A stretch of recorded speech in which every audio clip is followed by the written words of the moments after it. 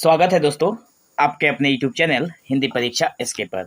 तो आज की इस वीडियो में हम लोग बात करेंगे MHD1 जो ई बुक है उसमें से एक क्वेश्चन को हम लोग सॉल्व करेंगे ताकि आप लोगों को पता लग जाए कि इस ई बुक में किस तरह के क्वेश्चंस के आंसर को सॉल्व किया गया है। ठीक है, तो यहाँ पर जो विषय वस्तु या फिर विषय सूची आप लोग देख पा रहे हैं जून 2022 का एक पेपर है जो कि इस PDF में सॉल्व किया हुआ है।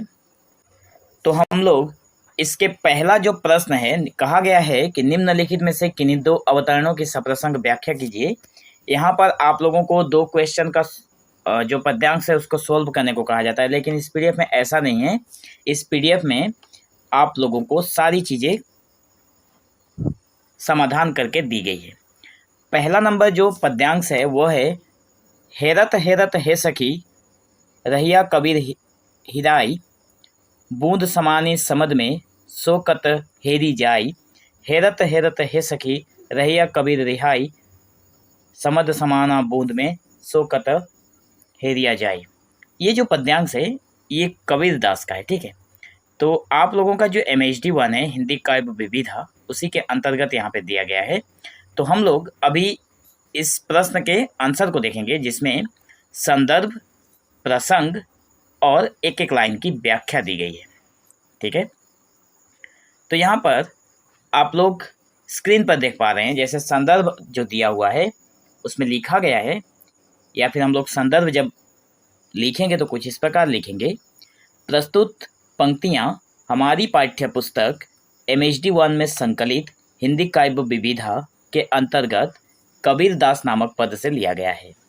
यह पद संत कबीर दास या फिर कबीर द्वारा रचित है, जो उनके सूफी और अद्वैत चेतना की चरम अनुभूति को दर्शाता है। इसमें कबीर एक रहस्यात्मक अनुभव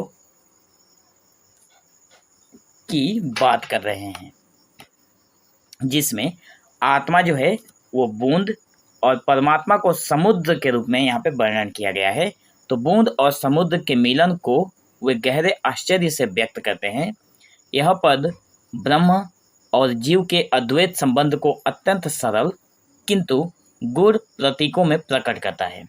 जैसा कि आप सभी को पता है कि जो कबीर दास है वे निर्गुण मार्ग पर चलने वाले कवि हैं।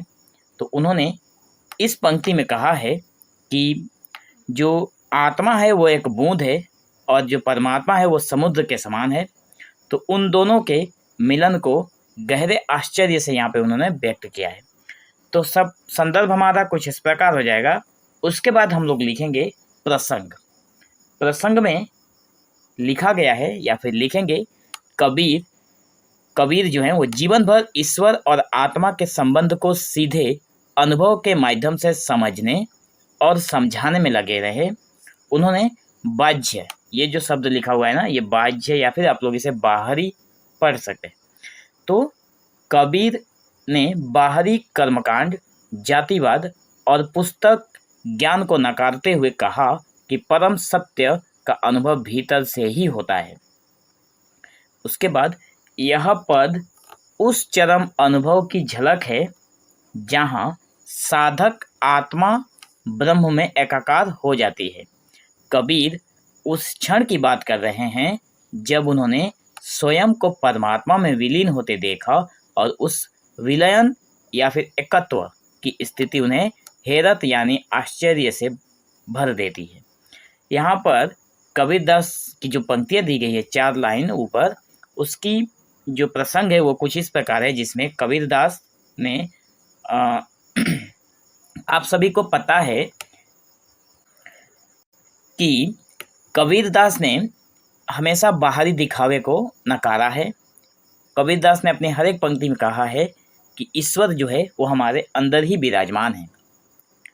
ठीक है, तो यहाँ पर इस पंक्ति में कबीर ने जब अपनी आत्मा को परमात्मा के साथ विलीन होते देखा, मतलब आत्मा परमात्मा में जाकर जब समेट जाती है या फिर उसी में गायब हो जाती है, परमात्मा में अंदर चली जाती है परमात्मा के, तो इस चीज को कबीर ने आश्चर्य से देखा। अब हम लोग बात करेंगे इसकी व्याख्या के ऊपर। तो जो लाइनें दी गई हैं, हैरत हैरत है सखी, रहिया कबीर हिराई, बूंद समानी समद में सो कत हेरी जाए। मतलब बूंद जो है वो समद मतलब समुद्र में समा गई है। अर्थात कबीर अपनी सखी जो है, कबीर यहाँ पे अपनी सखी को एक लेकर आए हैं उदाहरण को समझाने के लिए। ठीक है, तो सखी कौन है? अंतरात्मा या फिर साधक का मन। जो व्यक्ति साधक है उसी को समझा रहे हैं। सखी मतलब हम सभी को समझा रहे हैं। तो कहते हैं कि वे आश्चर्य में खो गए हैं जब आत्मा अर्थात जो बूंद है वो परमात्मा अर्थात समंदर में समा गई, तो अब उसे अलग कैसे देखा जाए। मतलब कबीरदास आश्चर्य से होकर ये बात बोल रहे हैं कि जब एक बूंद समंदर में मिल जाता है तो उस बूंद को अब अलग करके नहीं देखा जा सकता। ठीक उसी प्रकार अगर आत्मा परमात्मा में जाकर जब लीन हो जाती है या फिर विलीन हो जाती है तो उस आत्मा को अब अलग करके नहीं देखा जा सकता, वह विलीन हो चुकी है। जैसे जल की बूंद सागर में गिरे तो उसकी कोई स्वतंत्र सत्ता नहीं रह जाती। अगर जल की एक बूंद जाकर अगर सागर में मिल जाए तो उस एक बूंद की कोई वैल्यू नहीं रह जाती। ठीक वैसे ही साधक जब परमात्मा से एक हो जाता है तो उसका मैं सिमट जाता है या फिर मिट जाता है। साधक मतलब वो व्यक्ति जो मैं की अहंकार लिए घूमता रहता है, तो अब उसे खोजा नहीं जा सकता। तो यहाँ हैरत शब्द अत्यंत महत्वपूर्ण है, अर्थात यह आश्चर्य, विस्मय, अद्भुत अनुभूति का द्योतक है जो सामान्य बुद्धि की समझ से परे है। ठीक है, उसके बाद की जो पंक्तियां हैं, समद समादा बोध में सोकत हेरिया जाई। ठीक है, 3 नंबर की जो लाइन है इसमें कहा गया है। एक बात और है, यहाँ पे 2 लाइनें एक साथ दी गई है। ठीक है, 2 लाइनें एक साथ यहाँ पे समझा दी गई है। तीसरी नंबर लाइन ये है, आप लोग देख पा रहे हैं। तो इसमें कहा गया है, अब कबीर जो है विपरीत दृष्टिकोण से उसी एकत्व की बात करते हैं। वे कहते हैं कि कभी कभी ऐसा प्रतीत होता है कि जैसे सागर ही उस बूंद में समा गया। मतलब अब कबीर उल्टा बात कर रहे हैं कि कभी बोल रहे हैं कि जो बूंद है वो सागर में जाकर मिल गई, और इस पंक्ति में बोल रहे हैं कि जो सागर है वह इस बूंद में आके समा गई। यह आत्मा की उस स्थिति को दर्शाता है जहां वह ब्रह्म का साक्षात्कार इस तरह करती हैं कि स्वयं में संपूर्ण परमात्मा को अनुभव करती है। ठीक है, यह अद्वैत वेदांत और सूफी परंपरा की ऊंची अनुभूति है कि मैं और वह दो नहीं है, सब कुछ एक ही सत्ता है। मतलब यहाँ पर जो बता रहे हैं कि जो द्वैत परंपरा है, वेदांत है, और जो सूफी परंपरा है, बता रहे हैं यहाँ पे मैं और वह, यहाँ पे ये 2 व्यक्ति नहीं है, एक ही है, सब कुछ एक ही सत्ता है। यह बात केवल दर्शन नहीं, सीधा अनुभव है जहाँ साधक को अपने ही भीतर समग्र ब्रह्मांड का विस्तार दिखाई देता है। ठीक है, उसके बाद अगली पंक्तियां हैं, हैरत हैरत है सखी, रहिया कबीर हिराई। इस पंक्ति में कहा गया है कि यह दोहराव कबीर की पूर्ण विस्मय की अवस्था को प्रकट करता है कि वे कहते हैं कि इस अनुभव के आगे शब्द चूक जाते हैं। मतलब यहाँ पर कबीर बता रहे हैं कि ये जो अनुभव हुआ उन्हें कि आत्मा जो है वो परमात्मा में जाकर लीन हो जाती है, जिस प्रकार एक बूंद अगर जल की एक बूंद जाकर सागर में विलीन हो जाती है, तो ऐसा लगता है जैसे वो बूंद जो है वो सागर में मिल गई, और कभी कहते हैं कि जो सागर है वो बूंद में मिल गई। तो ठीक इसी प्रकार यहाँ पे बता रहे हैं कि जो आत्मा है वो परमात्मा में लीन हो गई, और जो परमात्मा है वो आत्मा में लीन हो गई। तो यहाँ पे बता रहे हैं यह जो अनुभव हुआ, ये यहाँ पर इस अनुभव को शब्द से बयान करना बहुत मुश्किल है। बुद्धि यहाँ पर आकर चुप हो जाती है और साधक जो है वो स्वयं गायब हो जाता है। यहाँ पे कबीरदास ने बहुत बड़ी बात कही है। यहाँ पे बुद्धि यहाँ पर आकर चुप हो जाती है, क्योंकि अब उसके पास कहने के लिए शब्द नहीं रहते हैं। अर्थात उसका अहंग, उसका अलग अस्तित्व विलीन हो जाता है।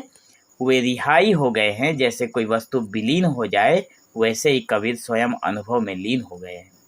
ठीक है, बात छोटी सी है, अगर आप लोगों के समझ में आ जाए तो आप लोग आराम से इस सारी चीज़ों को आप बनाकर खुद से बनाकर भी लिख सकते हैं।